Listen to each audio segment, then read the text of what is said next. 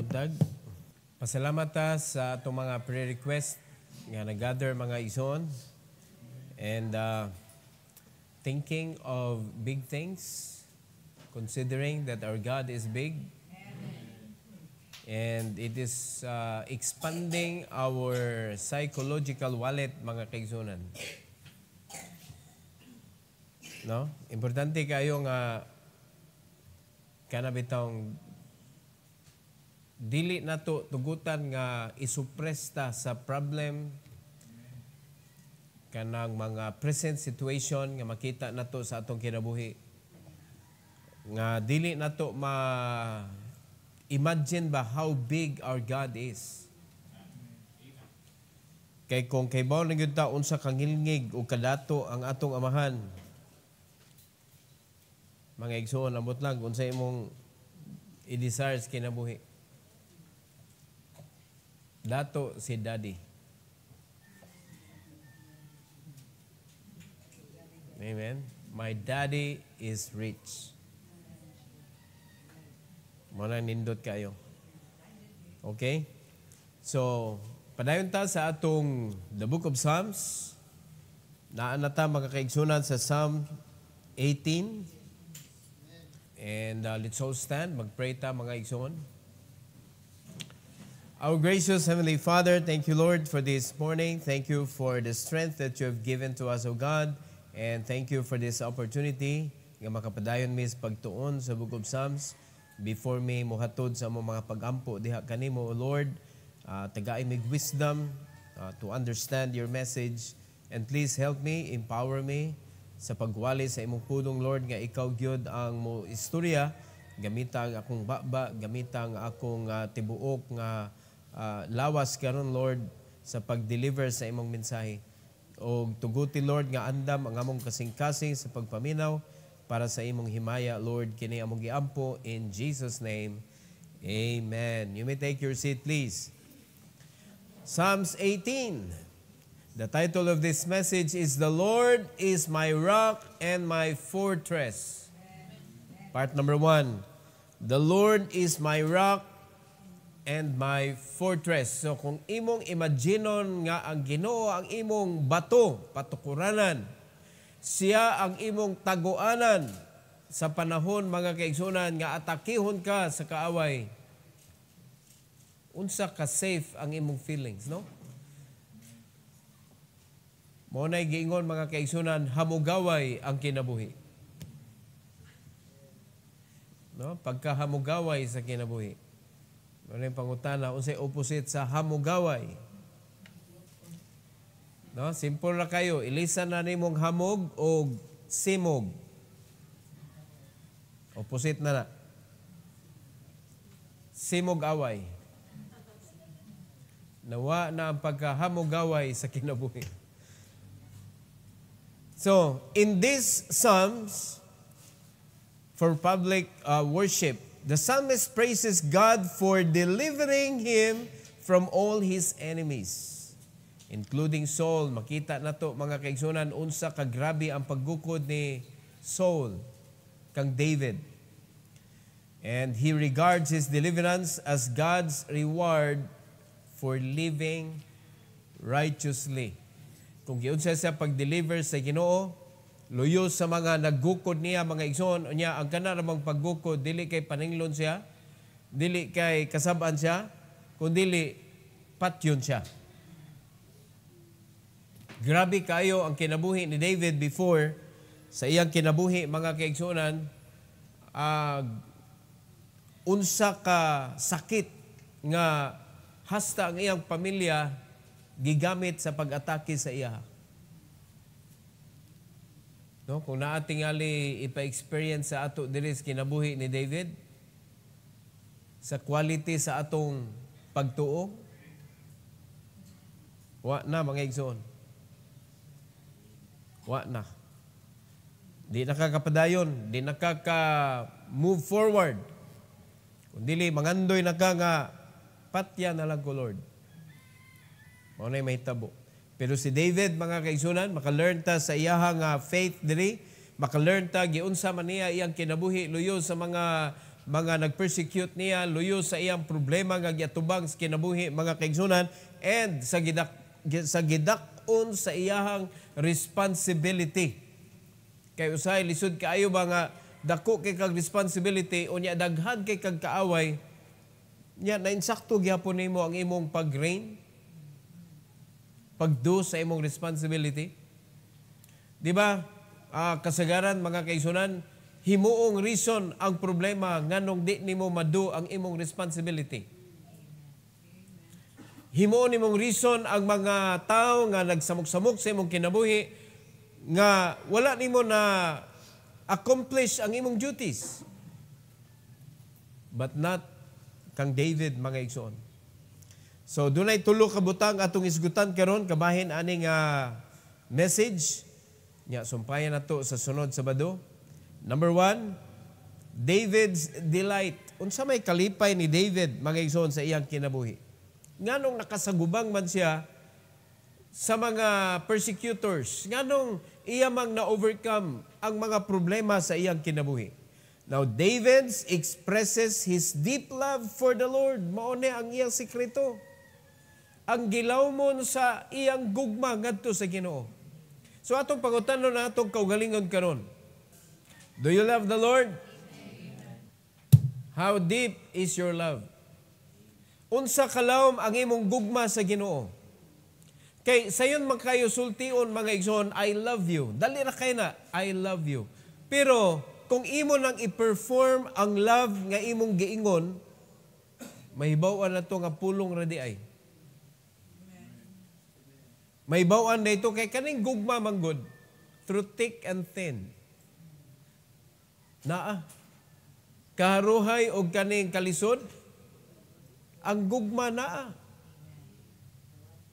Sa kahamugaway o kasimugaway,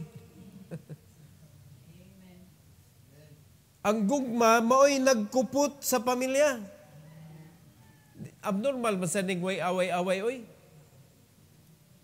Di ba kuan na kayo kanang plastic ra kayo ning pamilya nga way-away, kaning relasyon nga way-away, plastic ra kayo, mga kaigsunan.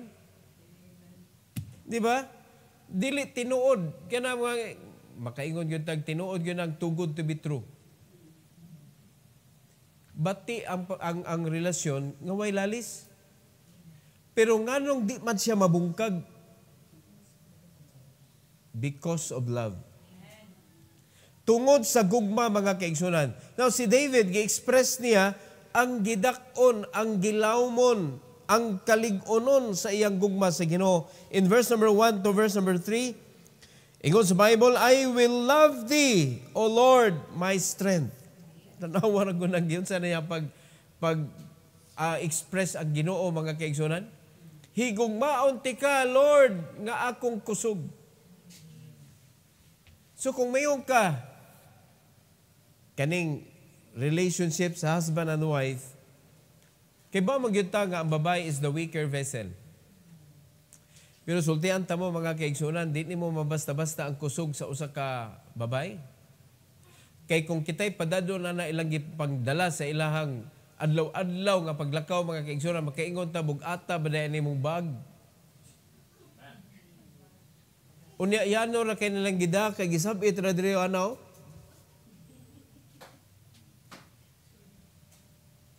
Unya kung daghan kayong mga anak sa kanang babay, kaya niyang kuguson tanan, pero ang laki guyuron. Di niya kayang asnaton tanan, pero ang nakakita sa babae nga asnaton oy. Grabe silang sustenance ba? Pero gitawag na to silang weaker vessel, not because we are kitang mga laki stronger physically. Bisan gani sa problema, mas lig-on man ang babae mo atubang. Kung naay problema sa panimalay, ang lalaki man mo nagkagiw. Are you listening? Ang lalaki may muunag disappear. Mao na nga dili nato ma-question, mga kaigsunan, kaning mga babae nga inyo kamo mga weaker man mo. Pero atong sabton ba, mo giingon ana man pag-introduce ang babae, support ang mga babae. ang main gyud ang lalaki. No? Nganong gitagaan man tag-support? Ato na ni ang kunon, weak gyud tang wa atong mga asawa oy. Mas lig-on gyud ta nga na atong mga asawa. Mga bana oy, pag-angkon mo diha. So naatay mga responsibilidad para atong tumanon nga gikan sa Ginoo ba. So mga bana, higugmaa ang imong asawa. Ang asawa pod submitar sa imong bana. So dili submitar nga because of the title. Ang submission is based on love also. Kay diha ra gyud na nato mahimo ang tanan mga igsoon nga nindot kaayo nga pagkatrabaho tungod sa gugma. Ang Ginoo gi-express si David gi-express niya sa Ginoo ang gidak-on sa iyang gugma, I love the Lord. Kinsa man ang si Lord sa iyang kinabuhi? My strength. Amen. Oh, di man nato gi-compare ang Ginoo ug ang asawa, no? Pero ang pagigugma nato sa atong asawa, mga kaigsuonan, naka-add baya na sa ato ang strength pod. Tanawa, magkadugay ang inyong kaminyoon, makita nimo unsa ka importante ang imong asawa sa imong kinabuhi. Mao na usay, makalagot man na sila. Sahay.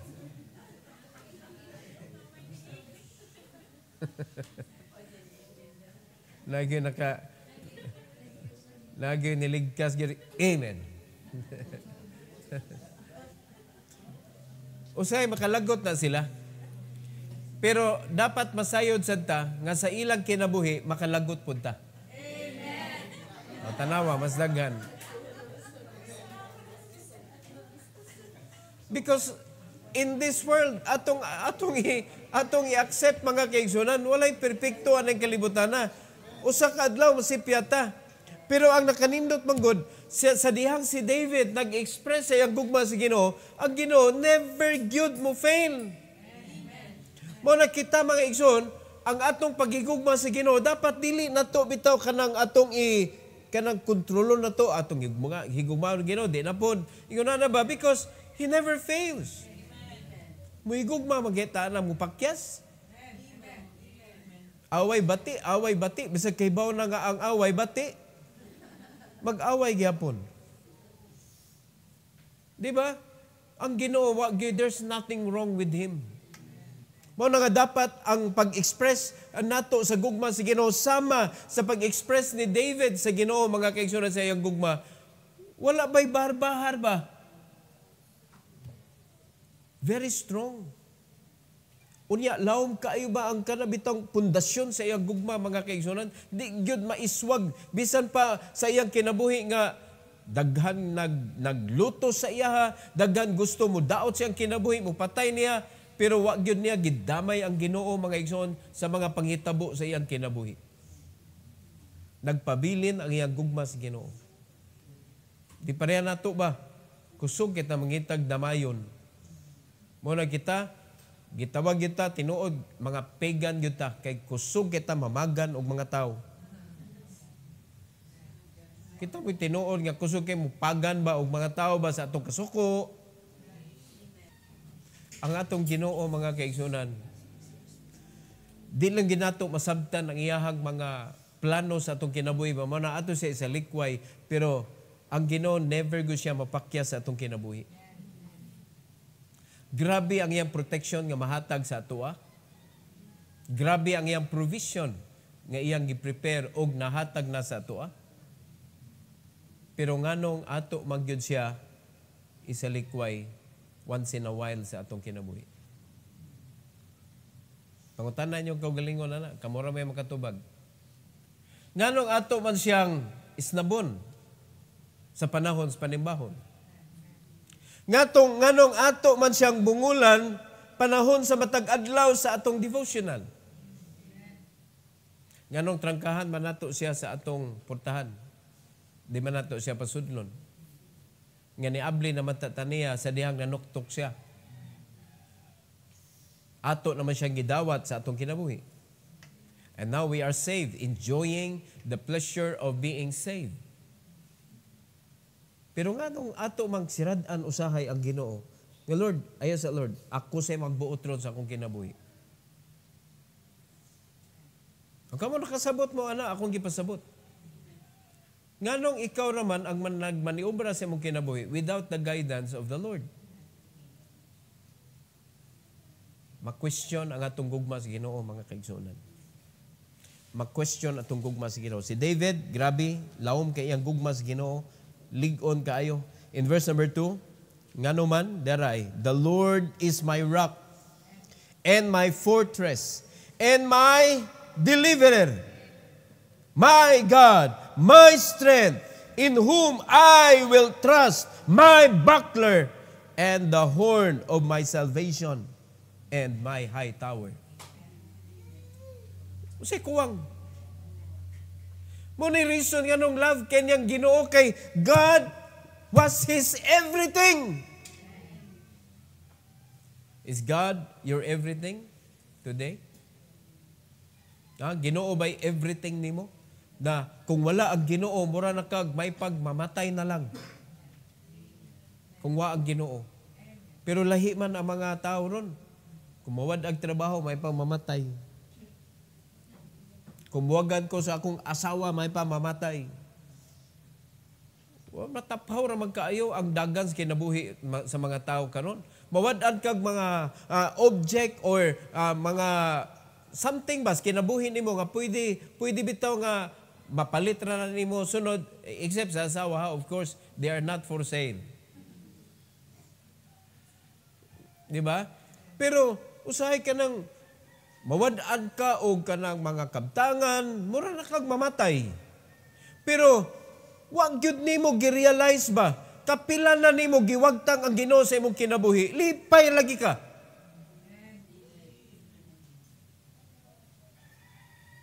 Mao ni dako kay problema. Verse number 2, dili ni kita ang nakasulti ani. Wala ta naparihan ni David. Mao na in verse number 3, I will call upon the Lord who is worthy to be praised, so shall I be saved from mine enemies. Kinadiha iyan delight. Remember ha, ang challenge sa Ginoo, delight thyself also in the Lord, and He shall give thee the desires of thine heart. Pagkanindot sa ato mga prayer request. We are praying that starting next year, 5 years in the making, millionairing mga kaigsunan, that is never impossible. Di gyud na imposible. Nganong kinahanglan mata maglig-on sa ato ang finances because there's a lot of children out there waiting for us. Agbay lang kapaabot sila. And let me tell you this. Only mga kaigsunan, dili ang pagkanang nanabaho mo, niya pagkahuman mo, donate mo para sa mga bata, that is so lame. Ikaduha, kana mga itong support, magpatabag ta sa mga tao kay manabang ta, very lame. Ang sulti ni Apostle Paul, labor for the needy. And the best labor that we can do is to establish businesses for them. And that is not new. Kagabi ilang sa news mga kaigsunan, usa ka babay ni approach siya sa iyahang husband ba to niya o business partner to niya. The reason nga nung nag-business sila og tilapia, isda ba? Tungod sa usa ka bata nga nakita niya nga nag-dispose sa iyang hugaw kilid sa dan, YCR. Bata nga babay, luoy kayo. Tungod ato, murag gikumot iyang kasing-kasing. Tungod ato, ni-approach siya nga mag-business sila para anang mga tawana, anang mga bataa. And it's done. Now let me ask you, what happened to you? What happened to us? That is our calling. So daghan sila, nana sila ang gitawag nila bahay aruga. Dili bahay ampunan kanang murabag kanang balay nga kanang muatiman ba. Mo na atong ministry. Og pinaagi sa business mga igsoon, we can help a lot. Mo na di ko muhunong og guba na inyong utok nga trabahante. Ilisig yun na mga kaigsuonan sa pagkanegosyante. Because your resources is so limited. But ang Ginoo nga imong gisaligan is unlimited. Unlimited power, unlimited provision, unlimited in everything.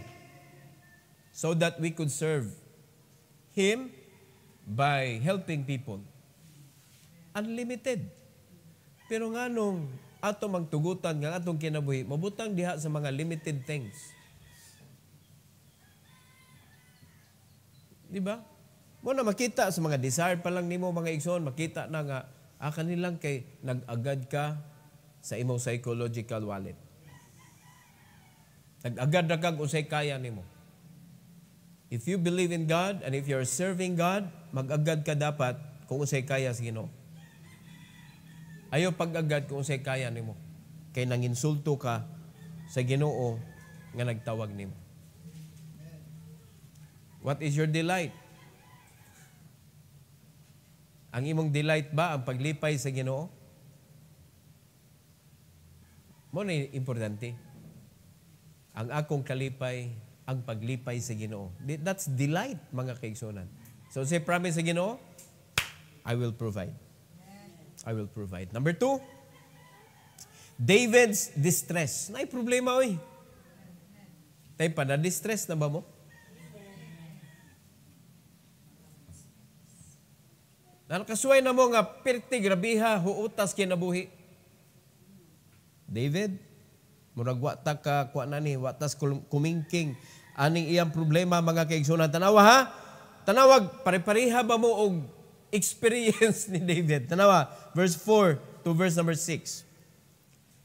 Dire, si David, iyang gi-express mga kaigsunan nga gi-threaten siya with death. Unya, nihilak siya nga sa Ginoo. Wa man siya laing kadaganan, di ba? Ang Ginoo, iyang fortress. Gitreten siya nga patyon siya, daghan kayong mga nagukod niya, pero tanawa, paminawa ni, unsa nga klase nga kinabuhi ang iyang na-experience sa iyang distress mga kaigsunan. In verse number 4, the sorrows of death compassed me, and the floods of ungodly men made me afraid. Floods. Nagbaha ang mga ungodly men nga nakapahadlok niya. Ang iyang kaguol sa kamatayon, murag gakumpas na magatuktoyok diya sa iyang kinabuhi. So, ang death threat mga igsoon, ginamit ning nagbaha nga mga ungodly. Grabe na, mga distress ka na, oy. Makatug pagkakaanag hinanok. Uwa na kay tugtog, kay basig inigpiyong nimo, tuwa na. Kay pirti nagbaha gud.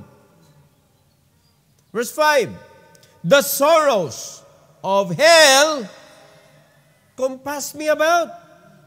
The snares of death prevented me.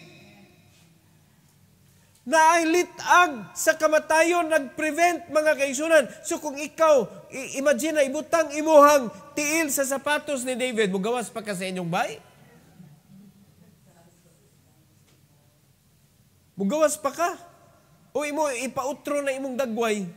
Unya, di ka nga magduda nga ang surgeon, usapon lang ang gustong kupatay nimo, tanan tao imong dudahan. Uy, kinsa naman na imong atubangon? Grabe kaning ma-distress na ka, murag ang imong utok ba? Tanang moving object is against you. Time pa, inguna na ba ang inyong kinabuhi karon sa diyang mga problema mo? Usa ra may makapadistress sa imong kinabuhi. Kana ra mang imong kaatubang permi. Ang mga ginikanan, ang ilang anak. Ang mga asawa, ang ilang bana. Ang mga bana, ilang asawa, makadistress.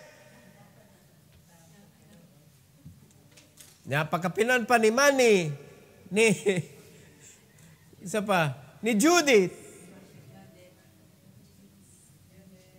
Oh, sa na sila? Daghan man na sila.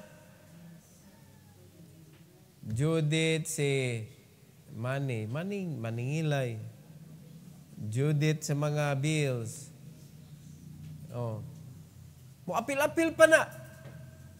Unya, manuktok na ba na sa panahon nga uga ang panudlanan. O di ka madistress, ana? Muna, dako kay problema mga kaigsunan sa kinabuhi ni David, pero di gyapon na kakumpara. Kaning ato, di kakumpara sa iya. In verse number 6, in my distress, pamina mo, lesson, I called upon the Lord and cried unto my God. He heard my voice out of his temple, and my cry came before him, even into his ears. Muna'y nakanindot, mga kaigsunan. Muna ka, sa kagrabe sa iyang problema, okay ragyapon ang iyang kinabuhi. Ngano? Tungod kay naa siya'y matawgan. Ug sigurado siya nga sadang motawag siya sa Ginoo, dunggon siya. Okay, mo ngano ang mga tao karon, ang mga Kristohanon karon sa diyang mga problema, makig-away, makiglantugi, makigbuwag, no? Makigkamatay. Kay mo ngano? Kay wala ang Ginoo sa ilang kasing-kasing. They just say, I love you, Lord, but the Lord that they are talking about is not in their heart. Kay kung tinuod palagyod nga ang Ginoo nasa imong kasing-kasing mga igsoon, unsa nga problema, unsa ka grabe nga sitwasyon sa kinabuhi nga dili kayang sulbaron sa Ginoo. Na kung sa dihang panahon na gitugutan sa Ginoo nga masakit ka, pero kay baw ka nga kaya ning sulbaron sa Ginoo, pero nganong iya manggialaw? Unya imo gyapong sabton ang Ginoo ba? Aw gialaw man ni sa Ginoo nga to that extent sa ingon ani hantod karon na agyapon ning problema, gialaw ni sa Ginoo, he must have a good reason and I need to know that. So ampo kas Ginoo kay siya ra may nakaibawg unsa man ang good reason sa Ginoo. Pagkanindos kinabuhi, no? Muna tawag ta sa Ginoo, dili kay mo sitag pangaway, sitag pangitag kinsa hinungdan. Mo kay mo nga atong nasod, lisod kay sulbaron ng problema, magsig pangitag kinsa basulon, kinsa ato prisuhon, kinsa ato gukdon. Una ang nangadato diri sa Pilipinas, lawyer. Kaya liman ka na sa Senate, ha? Sa Senate, sa Congress. Kaya bang nai-interrogate sa Senado, nai-interrogate. Unya, gipangutana ang akusado, gipangutana. Pagkauman, ang lawyer mohong unsa idi itubag. Ngano ang tinuod na lang gyud isulti ni husay tanan. Unya sa mga klarong guilty, ngayon nga I have the right to be silent. Diba? Lawyer. Ang lawyer, sigyong amo ni pamakak. Unay kapait, mga kaigsuonan. Dili tanang lawyer, pero ang lawyer, ang basta mo, imong gendawaton ang case, ang imong intention gyud, ang imong desire is to win the case. Wala dapat kung lawyer ka, you should be for the truth. Kay kinahanglan ka maglibasog nga imong ginagpadag-on ang imong kaso niya ni imong gilabanan, klaro kayong akusado mga kaigsuonan. Ayaw na nagdawata. Walang lawyer unta tanan ba? Dili mo dawat og sad-an. Inigkakita pa lang kay di ba kuano kuhaon na nimo tanang mga ebidensya, makit-an gyud na nimo kung guilty ba na imong ilabanan og di. Oy, pag nakita nimong guilty, imo na napragkahan. Sorry ha, buhian ko ning kasuha kay klaro kay kang sad-an. Pero saon man nga, not all lawyers are good. Some lawyers are liars. Mo na nakapait. Pero pasalamat ta mga igsoon, we are believers. We have the Bible that don't and never tell a lie. The book, the only source in this world nga puro kamatuoran ang nasulat. Ha? Ang atong kinabuhi mga igsoon, makita na to diri, badlungon ta, dapat paminaw nimo para motulid ang imong kinabuhi. Maka-distress ning problema igsoon kung di masulbad. Unya, kita ra gyud mo hinungdan ay nalang pangitag sa imong basulon, ikaw ra gyud hinungdan nganong ma-distress ka.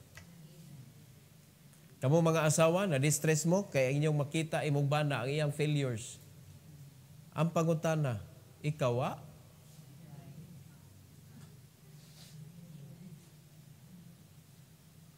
diba? Before you point your finger sa usa ka tawo sa iyang sayop, you need to consider yours. Because kung ang imong intention is to point sa iyang problem, you are not desiring peace in your family. Makita mo rin nato mga igsoon, the moment nga ikaw mo approach ka sa tao niya, ang imong isgutan ng iya sayop, huwag ka bantay sa imuha. Tanawa, si Kristo way sala. Pero usay ang ingon, amahan, pasayloa sila. Si Stephen gibato. Pero unsay last words niya gibuhian. Lay not to their charge. Kita? Di magud unta ni na mahitabo kung wa pa na niya gibuhat. Tempa, kinsa may nagpabuhat sa imong gibuhat, di ba ikaw? So pareha mo, ayaw panumangil. Kung nasayop siya, title ba na nimo nga, kuan ba na nimo, are you making yourself entitled to commit your sin? Or you can maintain your righteousness. You can let God control you. So kung ang Ginoo imong gipakontrol, nasayop na ang imong tapad, kung ang Ginoo imong gipakontrol sa imong kinabuhi, imo bang bugtian ang iyahang sala ug sala? Dili oy. Mo na bisag ma-distress na mga kaigsuonan. Dangop sa Ginoo kay siya ra ang makapahumpay sa stressful kaayo nga kinabuhi. Ya sumusugot kag sa dili kaning kinabuhi stressful biya kay ni. Sa puton ta oy. Mo na ang una nimong praktison sa imong kinabuhi, eliminate hyphenated words. Erase. Kay kaning mo saka na ka sa imong tingog, mo na nay mo trigger sa imuhang kamaldito.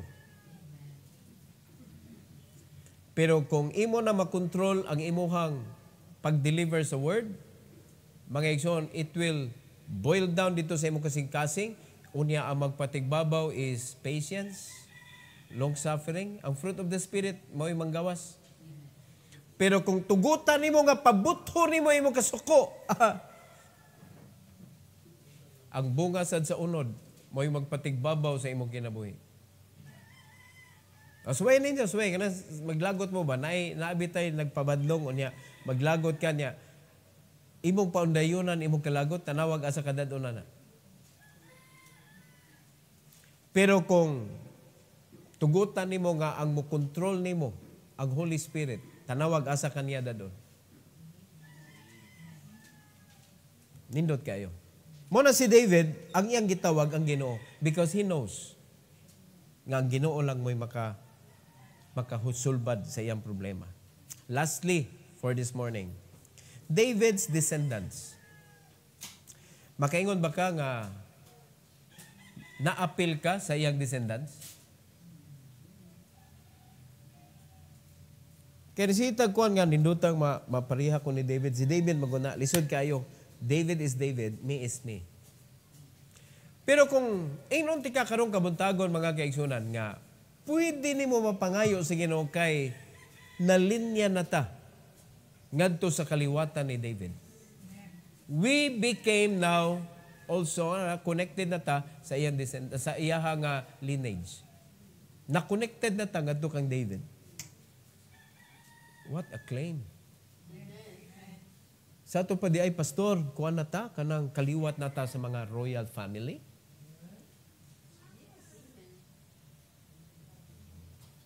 Pastor, nang nimbawt akong balhibo. O niya ra, ay sana. Ina sanay mo balhibo, higda. Mga igsoon, si David, gipakitaan siya, mga kaigsunan sa Ginoo. Unsa ka lig-on o kanagkaligdong ba? The unfailing love of God ngadto kang David. Og sa iyahang mga kaliwatan, apil na ta. Ako na lang mong inundaan. Apil na ta. O, nga naman, atong sugdan sa Psalms 18, verse number 50. Ingos Bible, great deliverance, give it he to his king, and show it mercy to his anointed, to David, and to his seed forevermore. Walay putol ang pag-provide sa Ginoo og deliverance kang David og sa iyang kaliwatan. Oh, nya mao ba pastor nga atong i-claim kay nindot kaayo na kaliwatan ta ni David? O dili lang kay ganahan ta nga mao ni may tabo sa ato ang mga kaigsuonan, tan-aw na tong record sa Bible. But before that, ato sa Psalms 89. 89. And verse number 3 to 4. Ingos Bible, I have made a covenant with my chosen. I have sworn unto David my servant. Nakainomdo mo sa John chapter 15, verse number 16. Ye have not chosen me, but I have chosen you. Ang gingon sa Ginoo diri, I made a covenant with my chosen. Apil ta? Oh, verse number 4. Tanaway ang covenant ha. Thy seed will I establish forever, and build up thy throne to all generations. Selah. Hallelujah. I-build sa Ginoo, i-establish sa Ginoo forever. And build up thy throne to all generations. Panalagi ni. So, naunsa man pastor pagka-apil. Mga tanak ko sa apelido ni David.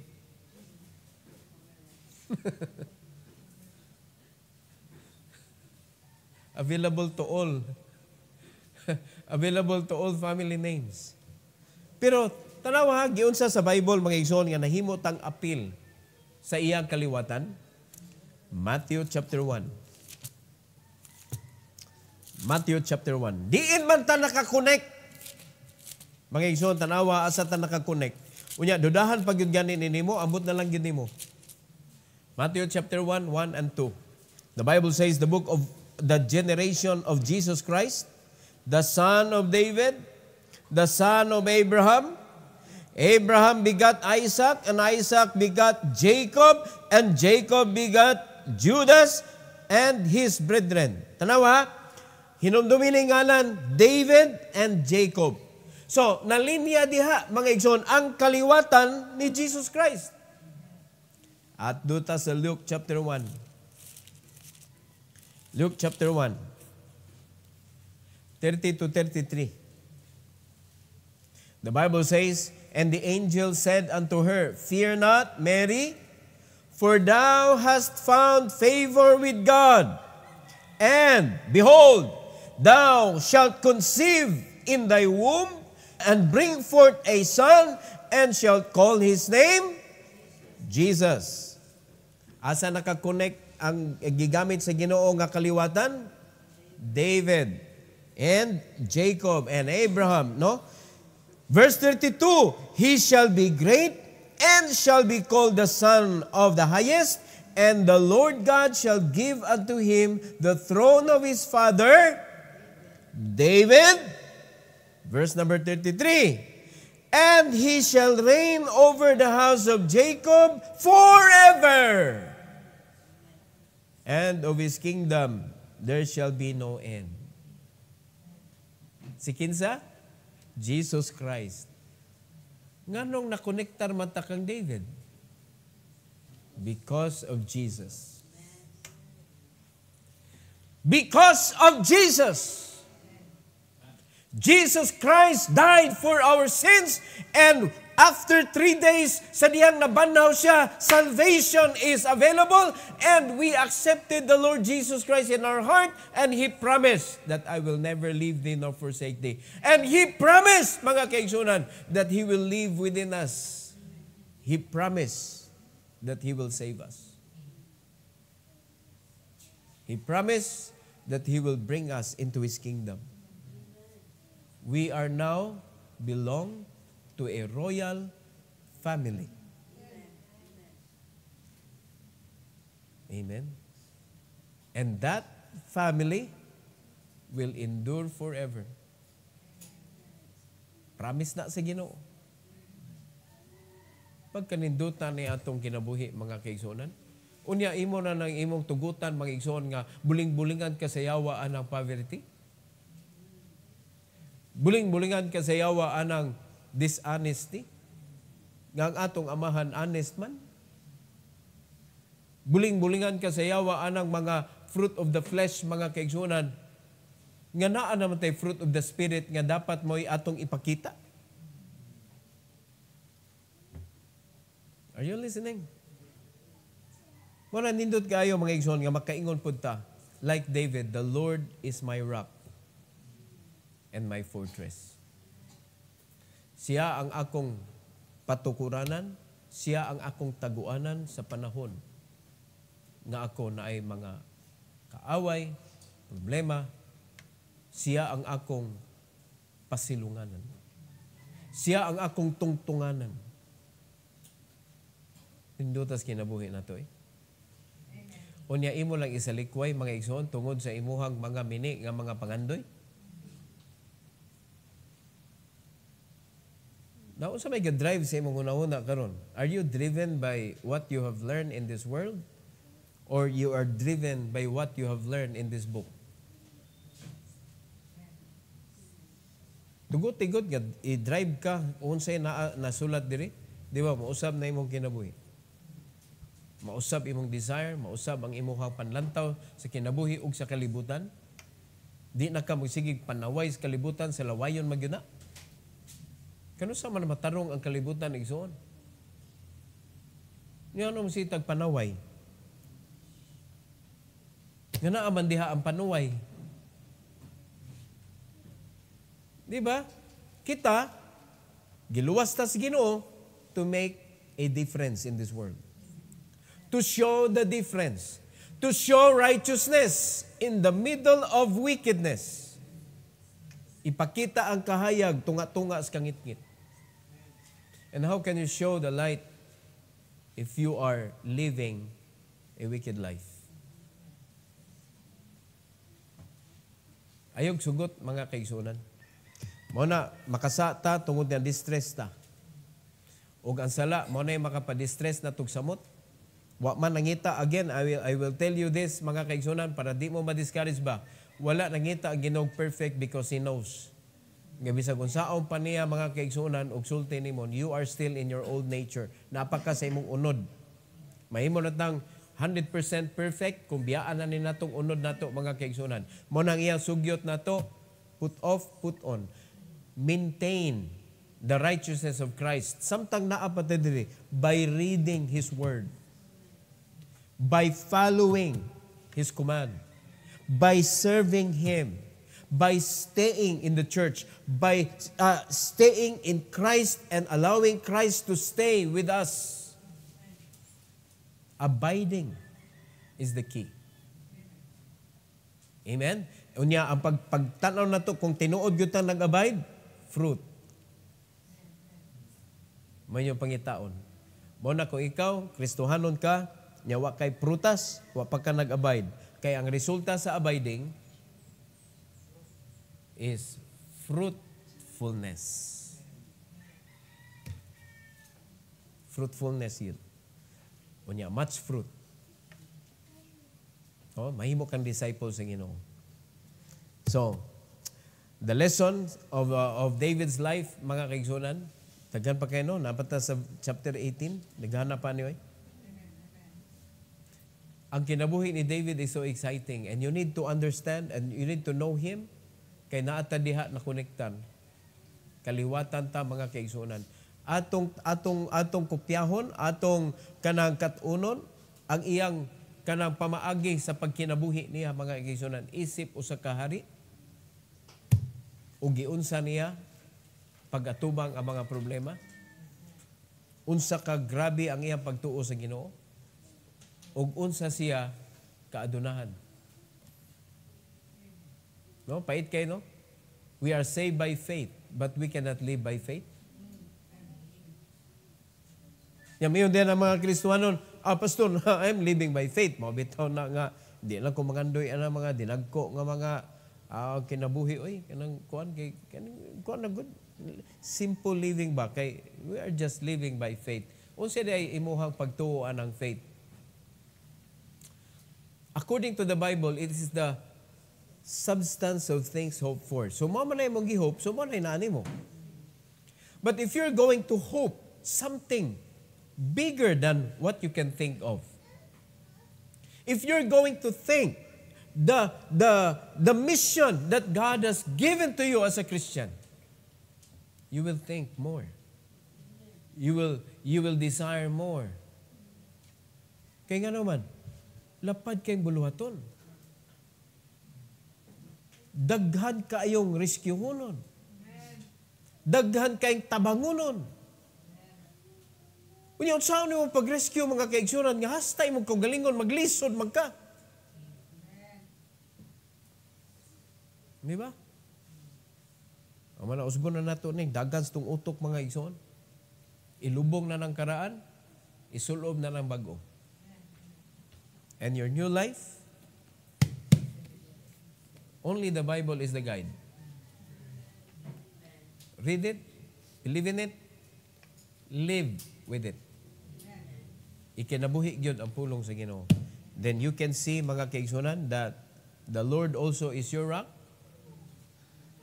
and your fortress. Heavenly Father, thank you so much, O God, for this wonderful morning that you have given to us. Thank you, Lord, for the life of David that you allowed us to learn this morning.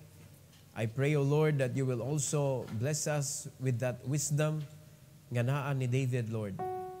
Salamat sa imong pulong nga mabasa namo ug makita namo ang connection namo diha nimo, Lord. Ug kun asa mi nakalinya nga kaliwatan.